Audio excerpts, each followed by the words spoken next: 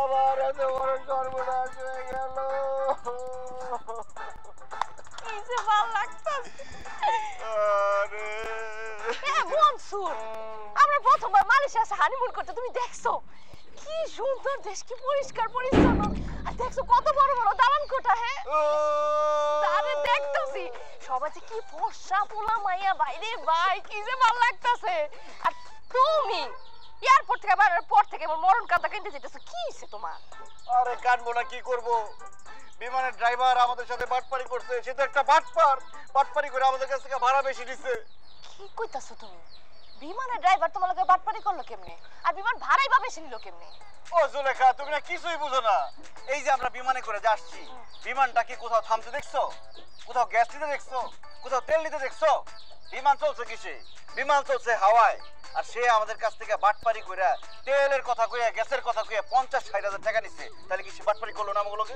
ওরে আল্লাহ রে আল্লাহ, এই কিপটা লোক কয় কি?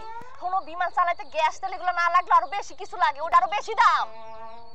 আর তাছাড়া এই যে আমরা হানিমুনে যাইছি, যত টাকা খরচ হয়েছে সব তো দিচ্ছে আমার আব্বাই। তোমার পকেট থেকে তো কোনো টাকা খরচ হয় না, তাহলে তোমার সমস্যাটা কোন জায়গায়? টাকা আবার শ্বশুর দিলে কি হয়েছে?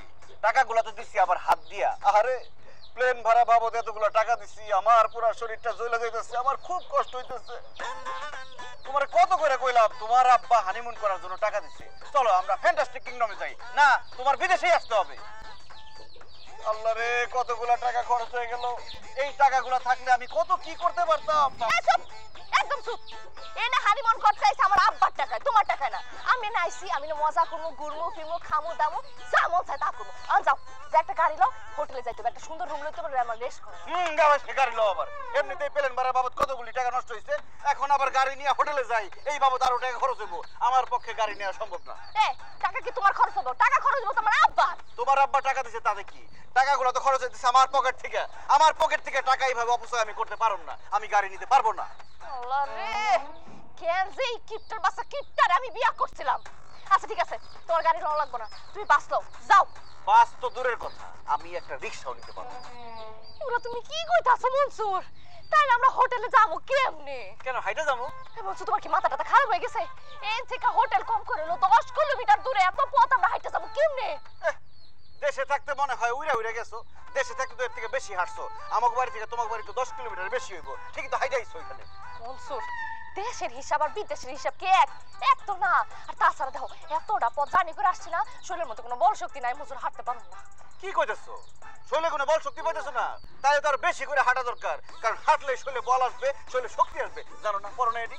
যত কিছুই হোক, আমি হাঁটতে পারবো না। তুমি বাস তাহলে গাড়ি লও, যাও। সুলেখা শোনো, তোমার আব্বার টাকায় হানিমুন করতে আসছি না, এখন এইখান থেকে গাড়ি ভাড়া দিতে গিয়ে যদি সব টাকা খরচ করে ফেলাই, তাহলে তোমরা ভালো হোটেলে থাকতে পারো না। সেই জন্য বলতেছি, চলো আমরা হাইটা যাই। একটু কষ্ট হইব, কিন্তু হাইটা গেলে গাড়ি ভাড়ার টাকাটা যে বাইসা যাইব, সেই টাকা দিয়ে আমরা ভালো হোটেলে ভালো রুমে থাকবো। সত্যি সত্যি একটা ভালো হোটেল, একটা ভালো রুম লইবা তো? অবশ্যই ভালো হোটেলে ভালো রুম নিব, চলো। আর যদি হোটেলে ভালো রুম না লইছো, তাহলে কিন্তু তোমার খবর আছে। আল্লাহ রে আল্লাহ, কোন গিফটের লগে যাইছে, যে কত দূর আমার হাঁটা লাগবে আল্লাহই জানে। আর আমি আছি না, আমি তোমার হাঁটায় নিয়ে যাবো, আসো। কোন তথ্যটা কি তুমি আমার কত? হ্যাঁ, একটা ঘন্টা ধরে আমি লবের মধ্যে বই আছি, তুমি ফোনে প্যাসেলি পারতেছো। যাও না ম্যানেজার লগে কত হোটেল রুম ঢালো। কেন ম্যানেজারের সাথে কথা বলে হোটেলে রুম নিতে হবে কেন? আমাদের হানিফ চাচা কি মরে গেছে? ইন্নালিল্লাহ, কি কইতাছো? হানিফ চাচা মরবো কেন? হানিফ চাচা না মালয়েশিয়া থেকে কাজ করে? হ্যাঁ, সে মালয়েশিয়া থেকে কাজ করে এবং এই হোটেলে রুম নিয়ে থাকে। আমরা দুইজন এখন হানিফ চাচার রুমে গিয়ে উঠবো। কি কইতাছো? আমরা দুজন হানিফ চাচার রুমে যা কেন? ও নো জুলেখা, মানে মেয়ে মানুষ বোকা হয় আমি জানতাম। একদম তুমি বেশি বোকা, এত বোকা চিন্তাও করা যায় না। হানিফ চাচার রুমে গিয়ে যদি আমরা উঠি, তাহলে কি আমাদের হোটেল ভাড়া লাগবে না, কতগুলো টাকা বাঁচে যাবে, বুঝতেছো? এসব তুমি কি কইতাছো মনসুর? হোটেলের টাকা বাঁচানোর লেগে তুমি অন্য আরেকজনের রুমে যা থাকবা? মানে এমন ভাবে আরেকজনের কথা বলতেছো, মনে হইতেছে হানিফ চাচারে তুমি চিনোই না। হানিফ চাচা আমার চাচা, মানে কি তোমার চাচা শ্বশুর, আমাদের আপনজন। আর তার ওখানে থাকলে সমস্যা কোথায়? সমস্যা আছে। আমি হানিমুন আইয়া অন্য কারো রুমে থাকতে পারুম না। আরে সেটা তো আমিও বুঝতেছি, আমার পক্ষে তো কারো রুমে থাকা সম্ভব না। কিন্তু আমরা যদি হানিফ চাচার রুমে না থাকি, সে ভীষণ কষ্ট পাইবো, মনে অনেক আঘাত পাইবো। কষ্ট পাইলে পাক, তারপর আমার প্রথম হানিমুনে আমি অন্য কারো রুমে ওইটা হানিমুনটা নষ্ট করতে পারুম না। একদম আমার মনের কথাটা বুঝছো। আমিও এই কথাটা কইতাছি, কিন্তু হানিফ চাচার কে বুঝাইবো? সে আমারে উল্টা থ্রেট দিচ্ছে।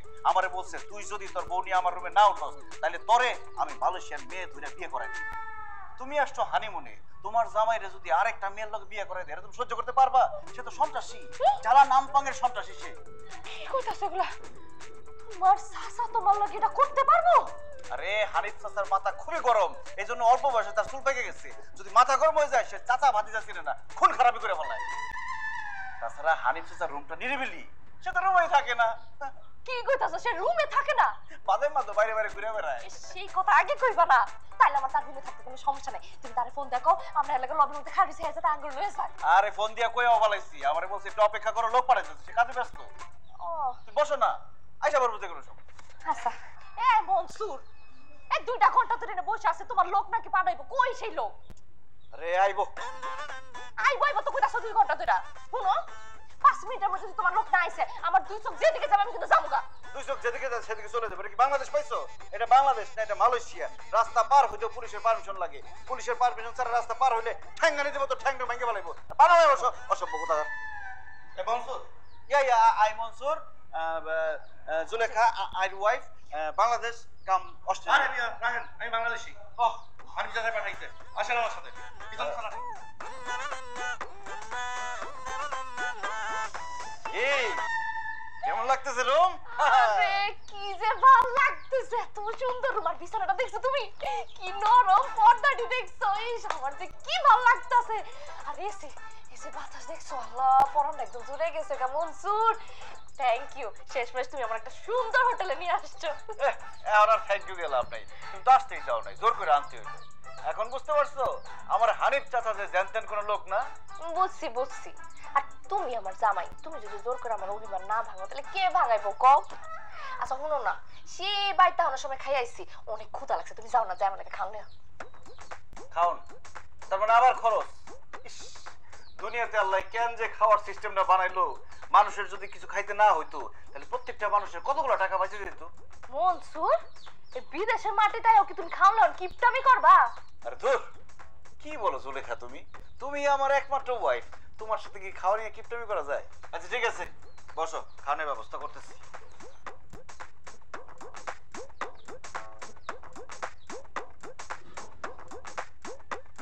এই নাও। এসব কি? এ কি? ভাত, ডাল, আলুর ভর্তা।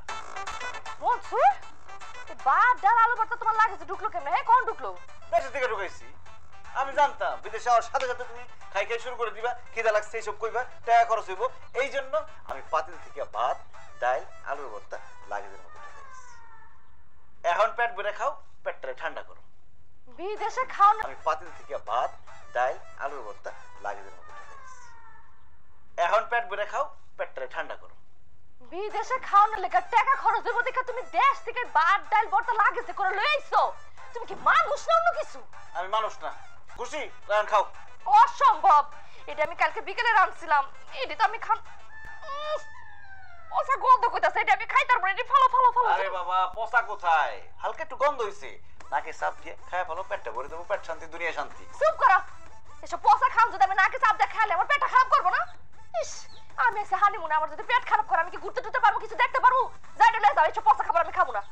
তাইলে আজকে খাবারের চিন্তা বাদ দাও, শরীর অনেক ক্লান্ত, সুন্দর করে একটা ঘুম দাও, এক ঘুমে কালকে উঠবা, কালকে সকালবেলা একদম সারা দিনের খাওন একবারে খাইলাম বেশি করে, ঠিক আছে? এখন না খাইলে তো আবার ঘুমিয়ে আইবো না। তুমি যাও গিয়ে আমার লেগে গরম গরম খাওন লেখো। আর তুমি যদি না গেছো না, আমি কিন্তু আব্বারে ফোন দিব। আব্বারে ফোন দেওয়া কম, আপনার কিপটা জামাই কিপটা মেলে আপনার মায়ের খাইতে দিতেছে না, তখন দেখে আব্বা একটা টাকাও দিব না। আচ্ছা ঠিক আছে, তোমার আব্বারে ফোন দেওয়া লাগবে না, যাইতেছি। আল্লাহ, দুনিয়াতে মেয়ে মানুষ কেন পাঠাইছিলা, সারাক্ষণ খালি খাই খাই করে। এই খারাও, এই পচা পচা খাবার লয়ে যাও, গন্ধ করতেছে, যাও লয়ে যাও। আরে এটা আমি খাবো, রাখি। আরে আমি দিব না, আমার তো খাওন, যাও লয়ে যাও।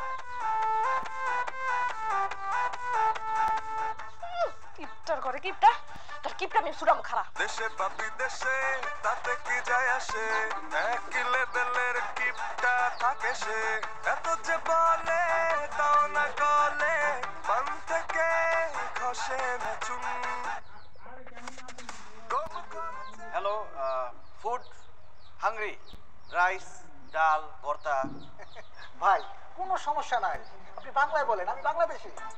ওরে আল্লাহ, আপনি বাংলাদেশি? ভাই, বিদেশের মাটিতে বাঙালি ভাই পাই গেছি, আমার মনটা জুড়াই গেছে ভাই। ভাই বুকে আসেন, ভাই আসেন। আসতে বুকে ধরা ধরতে হবে না, এত সামাবাজি করেন কেন? সব বাঙালি রেস্টুরেন্টে দুইটা একই কথা বলে, খাবার একটু কম দামে নেওয়ার জন্য। আপনার কি কি লাগবে সেটা বলেন। ভাই ওই মানে ভাত মাছ ভর্তা তারপরে ডাল মানে বাঙালি খাবার টাবার এগুলো কি পাওয়া যাবে? হ্যাঁ পাওয়া যাবে, সব রকমের খাবার পাওয়া যাবে। আচ্ছা ভাই তাহলে যদি ধরেন 2 জনের ভাত ডাল আর আলু ভর্তা নেই তাহলে বিল কত আসতে পারে? 8 টাকার মতো। কি বলেন ভাই, মাত্র 8 টাকা? আর যদি ভাত ডাল ভর্তার সাথে শাকসবজি তারপরে মাছ গরুর মাংস মুরগির মাংস নেই কত টাকা পড়বে? ধরেন আপনি যদি ভর্তা ভাজি শাক সবজি মাছ গরুর মাংস খাসির মাংস এগুলো সব মিলিয়ে নেন তাহলে 100 টাকার মতো পড়বে।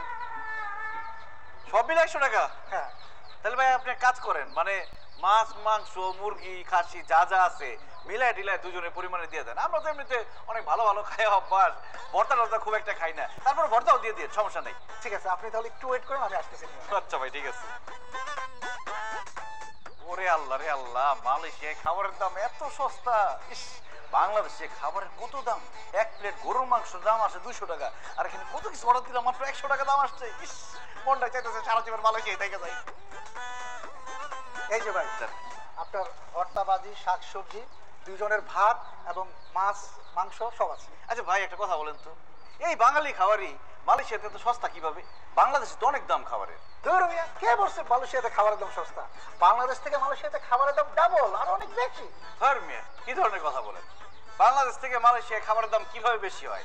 এই যে এতগুলা খাবার নিলাম 100 টাকা দিয়ে, বাংলাদেশে হলে এই খাবারের দাম আসতো 1000 টাকার বেশি।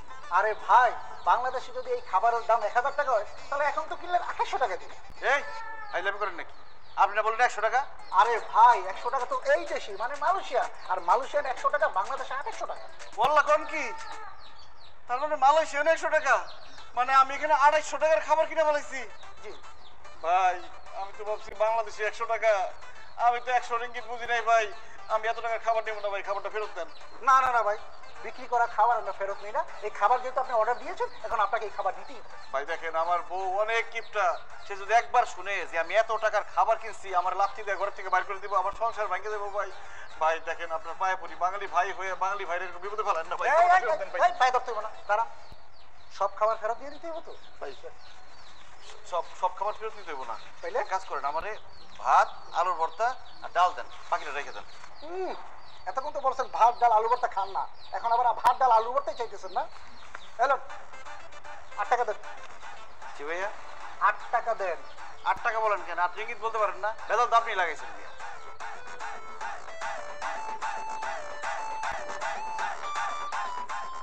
মানুষকে ক্লিয়ার করে বলবেন যে রিঙ্গিত টাকা না, ফাউল। একটু পড়াশোনা করে মালয়েশিয়া আইন নিয়ে আজব লোক তো, পাগল।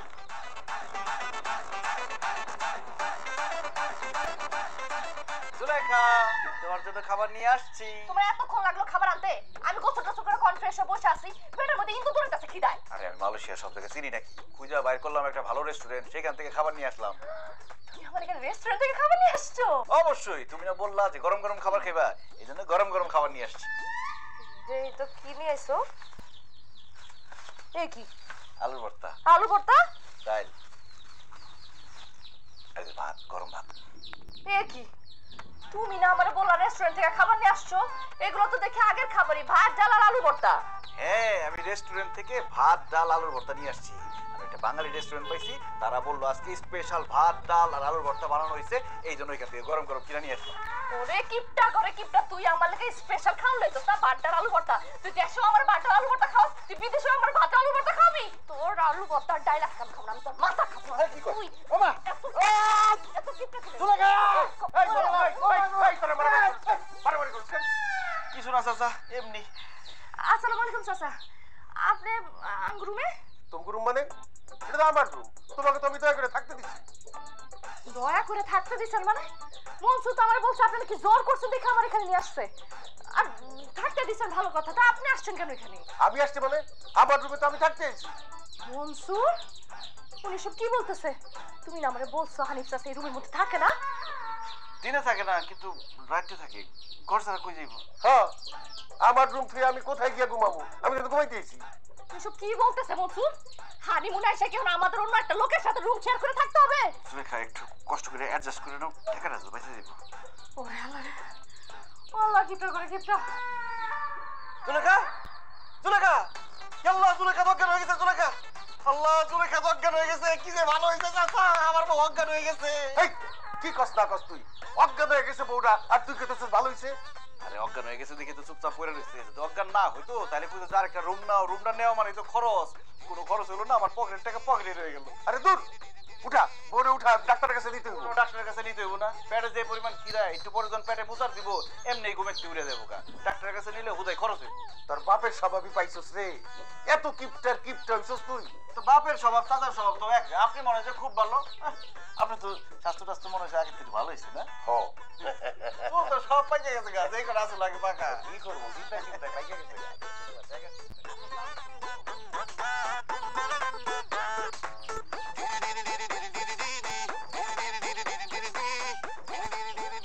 আমি এখন কোথায়? তুমি এখন বিছানায় আমার সাথে শুয়ে রইছো ওহ, হানিফ চাচা কই? ও আল্লাহ গো! তুমি মজু অন্য একটা রুম নাও, এই রুমে আমি থাকলাম না, এখন যাও অন্য রুম নাও।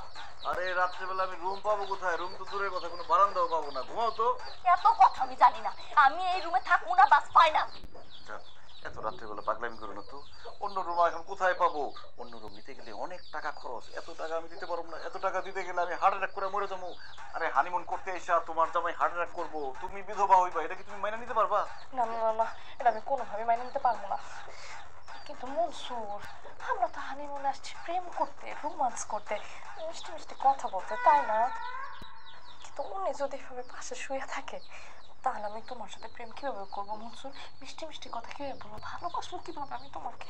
আরে হানিমুনের জীবনে প্রথমবার মালয়েশিয়া আসছি এখানে আমরা ঘোরাফেরা করবো ঘুরে ঘুরে বিভিন্ন জায়গা দেখবো এখানে প্রেম ভালোবাসা করার দরকার কি প্রেম ভালোবাসা যা করা সেটা বাড়িতে গিয়ে করবো মালয়েশিয়া এসে প্রেম ভালোবাসা করার দরকার নেই না না না না না, শুধু ঘুরলে ফিরে আর খাওয়া দাওয়া করলে হইব না, আমার তোমার সাথে প্রেম করতে হইব, ভালোবাসতে হইব।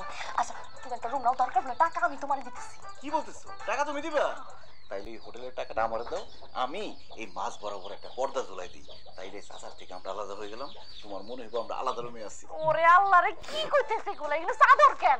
একটা যদি দেয়ালো তুমি উঠে দাও তারপরে তোমার মনে হবে যে পাশে কেউ শুয়ে আছে। আর তুমি দেখতেছো না একটু পর পর কুকুর কুকুর করে কাশতেছে। চল আমরা আরেকটা রুম। আরেকটা রুম নিলে টাকা খরচ হইব সেই টাকা দিয়ে আমরা মালয়েশিয়া বিভিন্ন সুন্দর সুন্দর জায়গায় ঘুরে দেখতে পারবো তাছাড়া দিনের বেলা একটা রুমে থাকে না দিনের বেলা আমরা দুজন প্রেম করবো রোমান্স করবো ভালোবাসা করবো দিনের বেলা যদি আমরা প্রেম ভালোবাসা রোমান্স করি তাহলে আমরা ঘুমবো কখন? আর বাবা সারাদিন ঘুরবো নাকি অর্ধেক দিন ঘুরবো অর্ধেক দিন প্রেম করবো আর কত লজিক দিবা আমার তুমি? আমার টাকা পছন্দ হলে আবার কত লজিক? আল্লাহ রে আল্লাহ, কেন যে কি তো জামাই আমার কপালে চলছে। আর জুটাই যখন গেছে একটু ম্যানেজ করো যান এই রাত জায়গায় কথাবার্তা বন্ধ কর এত কথা কইলে তো ঘুমাইতে পারুম না আমার তো সকালে ডিউটি আছে রাত্রে ঘুমাইতে না পারলে তো ডিউটিতে যাইতে পারুম না তখন কিন্তু সারাদিনই আমি ঘরে থাকুম আস্তে কথা বলো ওনার ঘুমে ডিস্টার্ব করলে উনি আমাদের এখানে থাকতে দিব না তাছাড়া দিনের বেলা এখানে বসে থাকবো তখন আমসালা সব যাইবো আল্লাহ রে আল্লাহ, আমি কার সাথে আসছি, কোথায় আসছি আমি?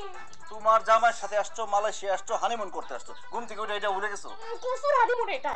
এর থেকে ভালো আমি দেশে থাকতাম, অন্তত আমি জামাইয়ের সাথে আলাদা ঘুমাইতে পারতাম। আমার টাকাটাও পয়সা যাইতো আরে কিপটার করে কিপটা, তুই থাক, তোর টাকা তুই কবর নিয়ে যাই।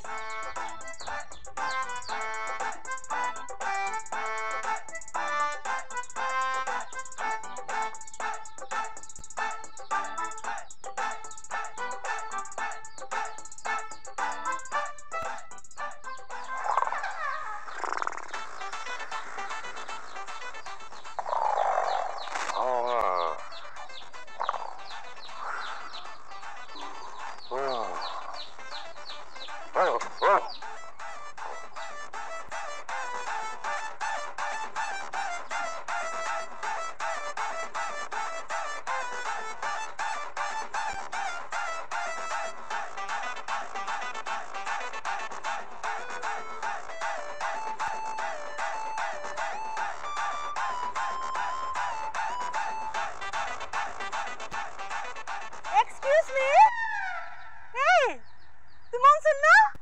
হ্যাঁ আমি মনসুর কিন্তু আপনি কে ওমা, তোমরা চিনতে পারছিস না? আমি জোসনা, তোর ক্লাসমেট।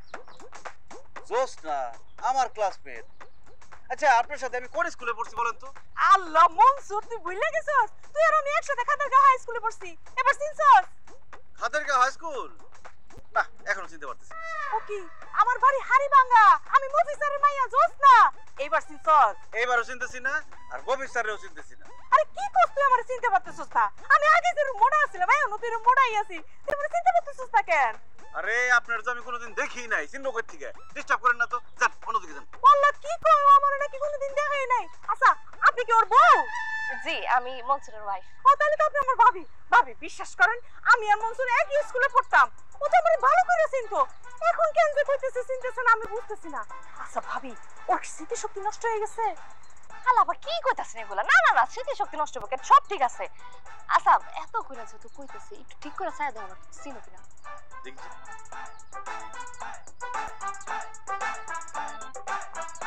ও না চিনতে পারতেছি না। আল্লাহ রে তুই কেন যে আমারে চিনতেছস আমি বুঝতেছি না আচ্ছা শুন তোরা আমি ভালো করে বুঝাই কই ওই যে আমাকে ক্লাসে যে মোড়া করে একটা মাইয়া ছিল সব সময় বেঞ্চের পিছনে যায় বসতো সব সময় শুধু খাইতো আর খাইতো মানুষজন ওরে নিয়ে যা হাসাহাসি করতো আমি সেই মোড়া মাইয়া জোসনা এবার চিনছস চিনতেছি না আর চিনার চেষ্টা করেন না তো। আপনি যতই চিনার চেষ্টা করবেন আমি আপনার চিনতেছি না, চিনবো না। আমি আমার বউরে নিয়ে হানিমুনে আসছি, ডিস্টার্ব করেন না, যান আসো। এই খাড়া আরে আমি আমার জামাই বসিরের কাছে ঘুরতে আইছি আমার জামাই তো ভালো সে কাজ করে ওই যে বসির তোর লাগে যে পরিচয় করে দিছিলাম ভাই মালয়েশিয়া থেকে যখন বাড়িতে গেছিল মনে নাই ও বশির, হ্যাঁ বশির নামের একজনকে আমি চিনি, আলী বশির, কিন্তু ওনার তো অনেক বয়স বেশি, আপনার বাপের বয়স হইব। চিনতেছি না আপনার জামাই কোন বশির আমি চিনতেছি না। এই চলো তো। ওরে আল্লাহ রে তোর কথা শুনে তো আমি নিজেই কনফিউজ হয়ে গেছে আমি জোসনা কিনা আমার নিজেরই এখন বিশ্বাস হইতেছে না আচ্ছা আপা বাদ দেন না অনেক তো চেষ্টা করলেন উনি যেহেতু চিন্তাছেন না তাহলে জোরাজোরি দরকার না আপনি যান আপনার কামে আমরা যাইগা। হ্যাঁ আমি যাইতাছি কিন্তু ভাবি একটা কথা কয়ে দেই আপনি ওরে ভালো করে মন পিঠা খাওয়ান তাহলে দুদিন পরে আপনারই ভুলে যাবো গা চিনতে পারবো না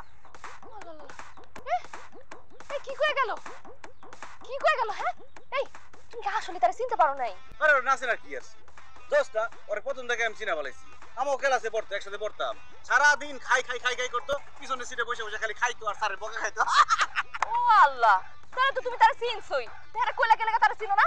আরে ও খালি খাই খাই করে, ওর যদি এখন আমি কই জ্বরে চিনছি পরে আবার কই এটা খাওয়া ওইটা খাওয়া, আবার দেখা গেল আমাকে হোটেলেও যাইতেছে, হোটেলের রুমে গিয়ে যদি বসে থাকে এগুলা করলে আলাদা খরচ না, এই খরচের ভয়ে আমি ওরে কইছি যে আমি আর চিনি। রে আল্লাহ তুমি যে এত বড় মিথ্যাবাদী আর কিপটা কয়টা টাকা বাঁচানোর লেখা তোমার ছোট্টবেলার বান্ধবী ক্লাসমেটরা কিছু চিনো না তুমি আসলে কি আমারে কত? আমি একজন মানুষ একটু হিসাবই, তাড়াতাড়ি চলো জুস আবার আইসা আবার খাই খাই করবো। আও সি সি সি সি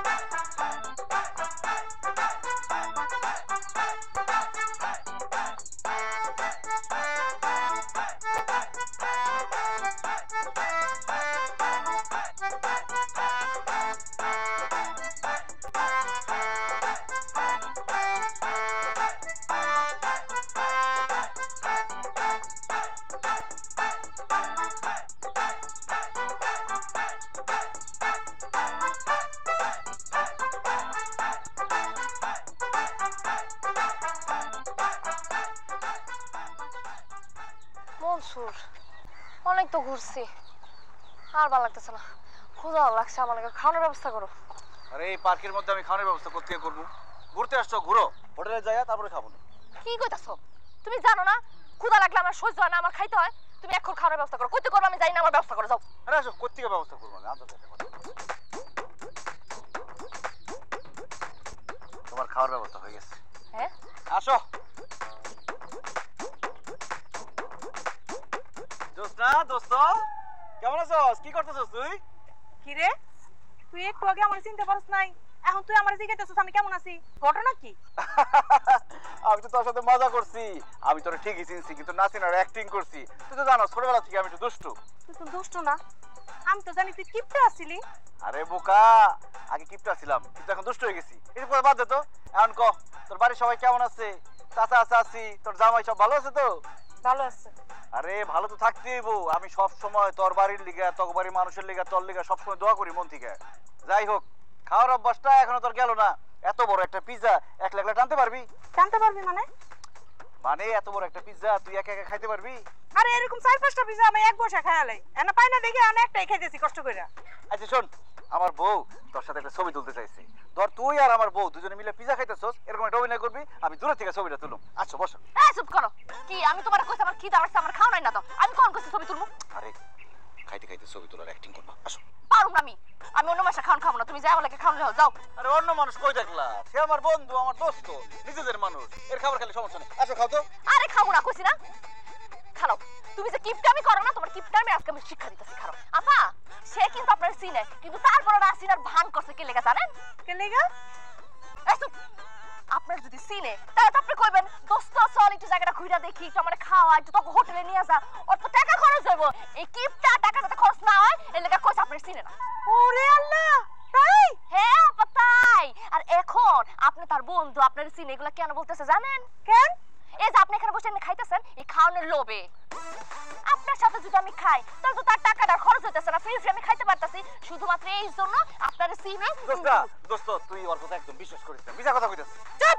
কিপটার বাচ্চা কিপটা, তুই আগে কিপটা ছিলি, এখন তো আরো বেশি কিপটা হইছস। আমি তো তোর কাছে খাইতাম না, তোরে উল্টা খাওয়াইতাম, তোর শপিং করাই দিতাম, আমার টাকায় তোরে ভালো ভালো জায়গায় ঘুরাইতাম। কি এই কথা আগে কষ্ট নাই কেন? তোর তো আগে দোস্ত কয়ে দৌড়ায় তোর উপরে ঝামে পড়তাম। কি লেগে ঘুমো আগের থেকে? হ্যাঁ, দেখলাম তুই মানুষটা কেমন। তুই যে তো আমার চিন্তা না চিনা বান করছস, তাহলে আমিও তোরে চিনি না। যাবে? আচ্ছা দোস্ত যাইতাছিস ভালো কথা, তাহলে আমার বউরে এক পিস পিজ্জা দেও, খাইবো, খিদা লাগছে। তোর আমি জীবনেও দেব না, এক পিসও দিব না। দে না এমন কর। যা ভাগ।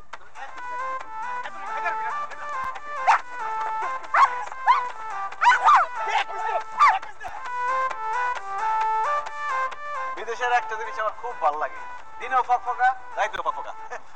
তোমার মুখ কেরম করে আসো? বুঝুন আশেপাশে কি কোনো বাথরুম আছে? কেন বাথরুম দেখতে মন চায়? আরে বাথরুমে যাইতে হইব একটু জরুরি। তো বাথরুম থাকবো না? বাংলাদেশের মানুষ খালি বাথরুমে যায়, বিদেশের মানুষ মনে হয় বাথরুম যায় না। আছে, তোমার এক্ষুনি আমি টান্ডাসে নিয়ে যাইতেছি। টান্ডাসে যা কি করবো, আমার বাথরুমে যাইতে হইব। আরে মূর্খ, মালয়েশিয়ার বাথরুমে টান্ডাস কয়। আসো ওই যে এখানে টান্ডাস লেখা আছে। Excuse me, hello, come here. 1% 10 ringgit. O you Tamil Nadu? No, I'm from Bangladesh. কি আপনি বাংলাদেশি? আরে বাংলাদেশি ভাই, আপনার দেখে তো মনটা ভরে গেল ভাই। ইস, আপনার দেখে মনে হইতেছে একটু বুকে জড়াই ধরি ভাই। আসেন ভাই। আরে ভাই, বুকে জড়া ধরা লাগবে না। কি বলতে আসছেন সেটা বলেন। আরে ভাই কি বলতে আসছি মানে বাংলা ভাষায় কথা বলতে আসছি ভাই, বিদেশে আসছি বাংলা ভাষায় কথা বলতে পারতেছি না, কি যে খারাপ লাগতেছে। আসেন না ভাই একটু বুকে আসেন। কেন, আপনার সাথে যে দাঁড়ায় আছে উনি কি রাশিয়ান নাকি? ওনার সাথে কথা বলে মন ভরে না? আরে ভাই ওনার সাথে কথা বললে কি আর ভাইয়ের সাথে ভাইয়ের কথা বলাটা হয় নাকি? আপনি আমার কোন কালের ভাই? এত খাজুরি আলাপ পারেন না তো। কি বলতে আসছেন, কেন আসছেন সেটা বলেন। আপনার ভাবি একটু বাথরুমে যাবে, এই যাও না। এই দাঁড়ান, যাবে কোনো সমস্যা নাই, কিন্তু 1% 10 ringgit 10 ringgit দেন, তারপর উনি যেতে পারবে। আরে কি মিয়া দুষ্টামি করতেছেন? আপনার ভাবি বাথরুমে যাবে, এই জন্য টাকা দিতে হইব। অবশ্যই টাকা দিতে হবে, এটা এখানকার সিস্টেম। বাথরুমে গেলে একজন 10 ringgit করে দিতে হবে। আরে ভাই আমাদের গ্রামে আমাদের বাড়ির সামনে দিয়ে কত মানুষ হাইটা যায়, তখন বাথরুমে যেতে চাইলে আমাদের বাড়িতে নিয়ে যাই, কই কার কাছ থেকে তো টাকা নেই না। আরে ভাই, ওটা বাংলাদেশের গ্রাম, আর এটা হচ্ছে মালয়েশিয়া, কুয়ালালামপুর শহর, বুঝছেন? এখানে পা ফেলতে গেলে টাকা লাগে। আর তুমি এত কথা কইতাছো কি লাগা? 10 রিঙ্গিত দিয়া দাও না। যাইতে হইব। আর কি বলো না, বাথরুমে যাবে জন্য 10 রিঙ্গিত দিব। 10 রিঙ্গিত বুঝো তুমি? বাংলা টাকা 300 টাকার মতো। টাকা যদি দিতে পারতেছ না তাহলে যান প্লিজ, ডিস্টার্ব করবেন না তো, আমাদের কাজ আছে। তোর যদি বাংলাদেশ পাইতাম না তোর হাড্ডি কুটি ভাই করে ফেলাইতাম আমি। কি বললি তুই? Security, I security, security, I ফাজিল কোথাকার।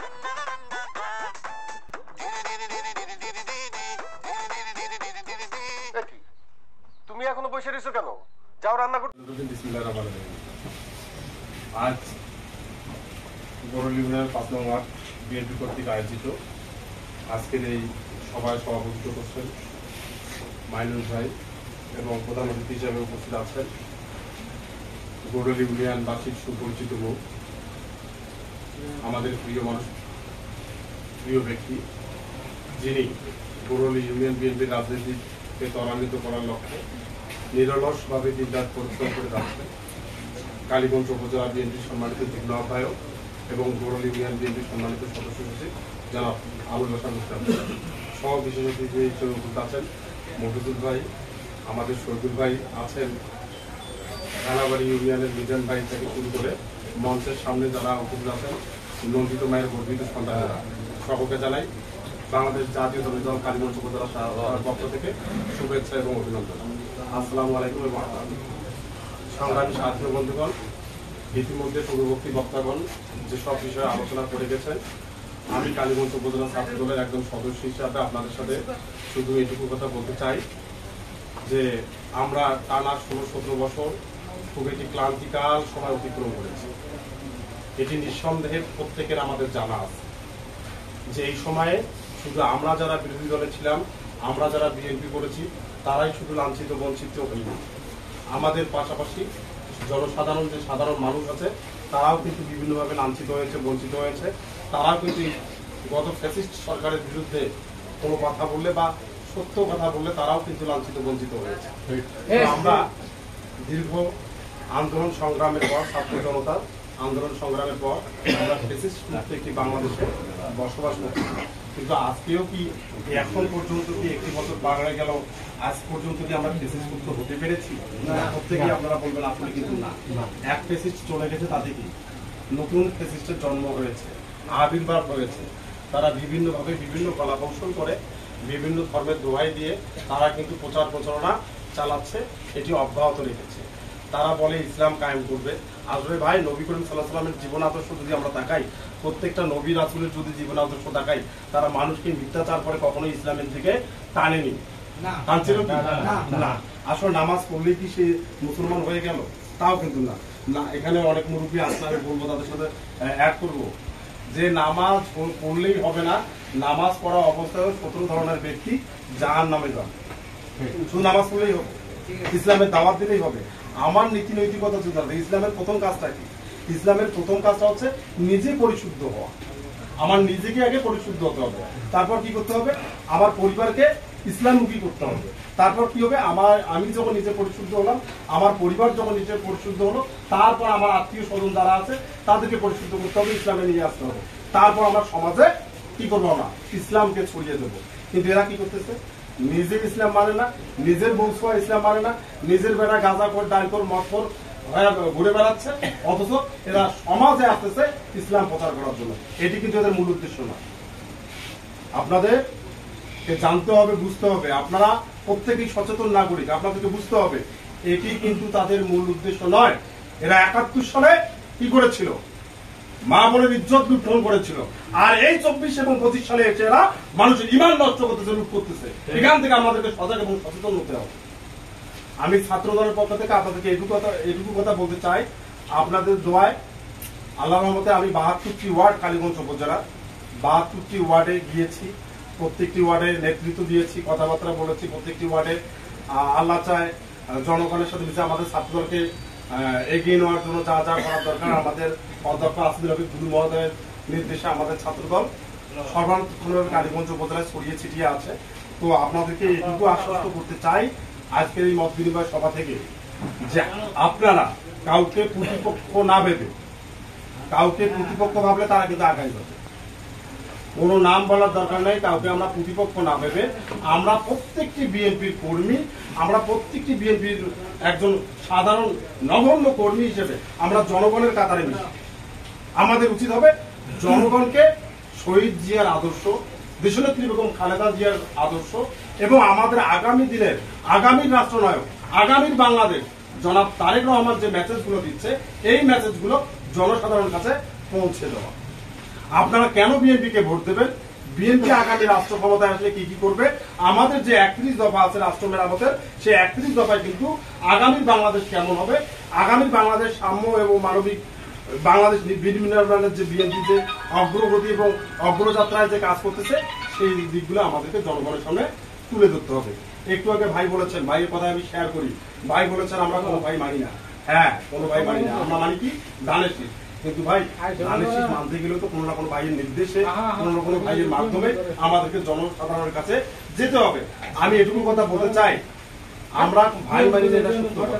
কিন্তু কালীগঞ্জ উপজেলার সভাপতি যিনি, আমাদের প্রিয় নেতা জনাব জাহাঙ্গীর আলম মহোদয়, তিনি দীর্ঘদিন যাবত কালীগঞ্জ উপজেলার রাজনীতিকে, কালীগঞ্জ উপজেলার বিএনপিকে যেভাবে বুকে আগলে রেখেছেন, আপনারা প্রত্যেকেই বলতে পারবেন যে অন্য কোন নেতা এই আন্দোলন সংগ্রাম থেকে শুরু করে অন্য কোন নেতা এই কালীগঞ্জ উপজেলা বিএনপিকে আগলে রেখেছিলেন? হ্যাঁ আমরা জাহাঙ্গীর ভাইকে মানি, ঠিক আছে, আমরা জাহাঙ্গীর ভাইকে মানি না, কখন মানবো না? দল যাকে বিবেচনা করে দলের শীষ মার্কা দেবে, দানের শীষ মার্কা দেবে, আমরা দানের শীষের কাজ করব, এটা বাস্তবতা। কিন্তু কালীগঞ্জ উপজেলার বিএনপির জায়গায় যখন জাহাঙ্গীর ভাই না থাকে, আজকে মুক্তা ভাই থাকে, আমরা মুক্তা ভাইয়ের নির্দেশে দানের শীষের কাজ করব। তার মানে যে আমরা মুক্তা ভাইয়ের হয়ে গেলাম তা কিন্তু না। কিন্তু যেহেতু উনি রানিং এই উপজেলার একজন সভাপতি, আমরা এই উপজেলায় কাজ করি, আমাদেরকে ভাই আমরা উপজেলা ছাত্র দলে আছি, আমাদের তো একজনকে না একজন মানতে হবে। আপনার ইউনিয়নের রাজনীতি করেন, এই ইউনিয়নে মুক্তা ভাই আছেন সদস্য সচিব সেক্রেটারি, ওনাকে মেনেই তো আপনাদেরকে রাজনীতি করতে হবে নাকি? মুক্তা ভাইয়ের জায়গায় আজকে অন্য কেউ আসবে, তার নির্দেশে আপনাদেরকে কাজ করতে হবে। কিন্তু আমাদের প্রধান লক্ষ্যটা হবে কি? জনগণের সাথে মেশা। আমাদেরকে জনগণকে বিএনপির কর্মকাণ্ড গুলো জনগণের সামনে তুলে ধরা, তাহলে কিন্তু আমি মনে করি যে আগামী দিনে আমরা দেশনেত্রী বেগম খালেদা জিয়া, আগামী রাষ্ট্রনায়ক জনাব তারেক রহমানকে এই লালমনিরহাট, আজিজবাড়ি, কালীগঞ্জের যে দুই একটি আমরা ধানের শীষকে উপহার দিতে পারবো। এটি কিন্তু আমাদের মুখ্য বিষয়। আর একটি পাশাপাশি বিষয়, ছোট মানুষ অথবা তার মধ্যে একটা মানে স্প্রিয়া কাজ করতেছে দীর্ঘ 16-17 বছর। আমরা যে মানুষগুলো তারা লাঞ্ছিত হয়েছি, বঞ্চিত হয়েছি, ঘর ছাড়া হয়েছি, বাড়ি ছাড়া হয়েছি, সেই মানুষগুলো যখন এখনো আমাদেরকে নিয়ে সমালোচনা করে, তখন কিন্তু সত্যিকার অর্থে গাছ শিউরে ওঠার মতো কথা। আমি দীর্ঘদিন বাড়িতে ঘুমাইতে পারিনি, আমার বাবা নেই, বাবা মারা গেছে 20 সালে, অথচ মাকে আমি একা রেখে আমি যে রাত কাটাই বিভিন্ন জায়গায়, দিনের বেলা যে একটু ঘুরে বেড়াবো তাও নাই, দিদি পুলিশ বিভিন্ন অত্যাচারে যে একটু খাবো, সেই খাওয়ার সময়টুকু তারা দেয়নি। কিন্তু তাই বলি কি আমরা মানুষ হিসেবে তাদেরকে কি অমানুষ হিসেবে গণ্য করবো? না, তারা যে শিক্ষা দিয়েছে আমরা সেই শিক্ষায় পথ চলবো না। যারা অন্যায় করেছে, অবিচার করেছে, জনগণের সম্পদ লুট করেছে, তাদের বিচার বাংলার মাটিতে আজও কালও 10 বছর পরে হলেও হবে। কিন্তু একটি দলে কি সবাই ভালো থাকে? দুই একটা দুশ্চরিত্রকারী থাকতেই পারে। যারা ভালো আছে, যারা জনগণের সাথে কোনো খারাপ আচরণ করে নাই আওয়ামী লীগের মধ্যেও, আমরা সেই লোকগুলোরও কাছে যাবো। আমরা তাদেরকেও বলবো আসেন, আমরা আগামীর 71-এর মুক্তিযুদ্ধকে সামনে রেখে 24-এর ছাত্র জনতার গণ আন্দোলনের যে এইসব ফ্যাসিস্ট বাংলাদেশ পেয়েছি, সেটাকে সামনে রেখে আমরা আগামী দিনে কিভাবে সাম্য ও মানবিক একটি সমাজ বিনির্মাণ করা যায় সেই দিকগুলো আমরা তুলে দেবো। কারোর সাথে আমরা মনোমালিন্য ভাবে কিছু কথা বলবো না। আমি ছাত্র দলের পক্ষ থেকে এখানে যারা আছেন সবচাইতে ছোট মানুষ হিসেবে আপনাদেরকে করজোরে অনুরোধ করব যে অতীতের সকল ভুলভ্রান্তি ভুলে গিয়ে জনাব তারেক রহমান গত পরশুদিন একটি কথা বলেছেন যে আসেন এখনো সবাই কাঁধে কাঁধ মিলিয়ে একতাবদ্ধ হয়ে কিভাবে জনগণকে তার জনগণের যে অধিকারগুলো আছে, মৌলিক অধিকার থেকে শুরু করে ভোটাধিকার থেকে শুরু করে প্রত্যেকটি অধিকার আমরা যদি জনগণের ম্যান্ডেট নিয়ে আগামী দিনে রাষ্ট্র ক্ষমতায় যাই, তা আমরা এই বিষয়গুলো জনগণকে আমরা ফিরিয়ে দেব। এটাই হোক আমাদের আগামী দিনের প্রত্যাশা, এটাই হোক আগামী দিনের আমাদের পথ চলার অগ্রযাত্রার মূল নিয়ামক। সেই সাথে আরেকটি কথা বলে আমি আমার বক্তব্য শেষ করব, সেটি হচ্ছে আমাদের উত্তরবঙ্গের লৌহ মানব, যাকে আমরা আমাদের রাজনৈতিক অভিভাবক হিসাবেই মানি, যাকে যে মানুষটিকে আমাদের যুগ্ম মহাসচিব শামসুজ্জামান দুদু সাহেব বলে গেছেন যে আমি এই লোকটির মধ্যে আমি মাওলানা ভাসানীর প্রতিচ্ছবি খুঁজে পাই, সেই ব্যক্তি, যে ব্যক্তি আলোকিত লালমনিরহাট গড়ার স্বপ্নদ্রষ্টা, যিনি আমাদের লালমনিরহাট জেলা বিএনপির সম্মানিত সংগ্রামী সভাপতি জনাব অধ্যক্ষ আসাদুল আহমেদ দুদু, এই মানুষটি, এই ব্যক্তিটি আমাদের অহংকার, তিনি আগামী 25 তারিখ দলগ্রাম হাই স্কুল মাঠে আসবেন। সেই হাই স্কুল মাঠের আমাদের আপনাদের হিন্দু সম্প্রদায়ের লোকদের সাথে উনি মত বিনিময় করবেন, একটি জনসভা করবেন। সেই জনসভা কিভাবে সাফল্যমণ্ডিত করা যায় সেই দিকটি মাথায় নিয়ে আমরা যেমন নিজেরা যাব, পাশাপাশি ভাই বলেছেন যে হিন্দু সম্প্রদায়ের লোকদেরকে আমাদের যে পাড়া প্রতিবেশী আছে আমরা তাদেরকে নিয়েও সেই প্রোগ্রামে উপস্থিত হব। একদিকে আমরা যেমন যাব, অন্যদিকে আমরা তাদেরকেও নিয়ে ওই প্রোগ্রামে অংশগ্রহণ করব, যাতে করে আমাদের এই প্রোগ্রামটি সাফল্যমণ্ডিত হয়। আমাদের রাজনৈতিক অভিভাবক অধ্যক্ষ আসাদুল আহমেদ মহোদয়, তিনি যাতে লালমনিরহাট গিয়ে বিভিন্ন প্রোগ্রামে আমাদের এই প্রোগ্রামের কথা অকপটে স্বীকার করতে পারে, ভালো হয়েছে এই কথাটা যেন বলতে পারে, এই আশাবাদ ব্যক্ত করে আমি ছোট মানুষ হিসেবে আমার কথাবার্তা যদি ভুল ত্রুটি থেকে থাকে ক্ষমা সুন্দর দৃষ্টিতে দেখবেন। সকলের সুস্বাস্থ্য এবং দীর্ঘায়ু কামনা করে আমি আমার বক্তব্য এখানে শেষ করছি। বাংলাদেশ জিন্দাবাদ, শহীদ জিয়া অমরক, খালেদা জিয়া জিন্দাবাদ, আগামী রাষ্ট্রনায়ক জনাব তারেক রহমান জিন্দাবাদ, গোড়ল ইউনিয়ন জিন্দাবাদ, মুক্তাবাই জিন্দাবাদ। ধন্যবাদ সকলকে।